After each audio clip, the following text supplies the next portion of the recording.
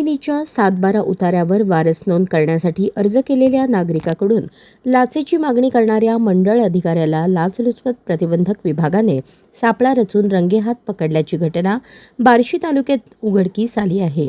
या कारवाईमुळे महसूल विभागात एकच खळबळ उडाली आहे।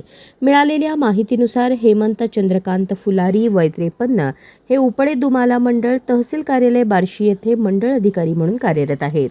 तक्रारदाराने आपल्या आजीचे नाव शेतजमिनीच्या 7-12 उतार्यावर वारस म्हणून नोंद करण्यासाठी अर्ज केला होता।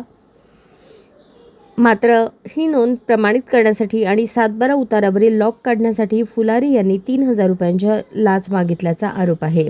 तक्रारदाराने याबाबत ACB-कडे तक्रार दाखल केल्यानंतर 28 एप्रिल रोजी पडताळणी करण्यात आली। पडताळणीत लाचेची मागणी स्पष्ट झाल्यानंतर त्याच दिवशी सापळा रचण्यात आला। सापळा कारवाई दरम्यान आरोपी फुलारी यांनी 3,000 रुपये स्वतः स्वीकारताना पथकाने रंगेहात पकडले। या प्रकरणी वैराग पोलीस ठाणे सोलापूर ग्रामीण येथे भ्रष्टाचार प्रतिबंधक कायदा कलम 7 अन्वये गुन्हा नोंदवण्याची प्रक्रिया सुरू आहे। ही कारवाई ACB पुणे परिक्षेत्राच्या मार्गदर्शनाखाली करण्यात आली। कारवाईत पोलीस निरीक्षक शैलेश पवार, पोलीस निरीक्षक रवींद्र लांभाते यांच्यासह ACB सोलापूर पथकाने सहभाग घेतला।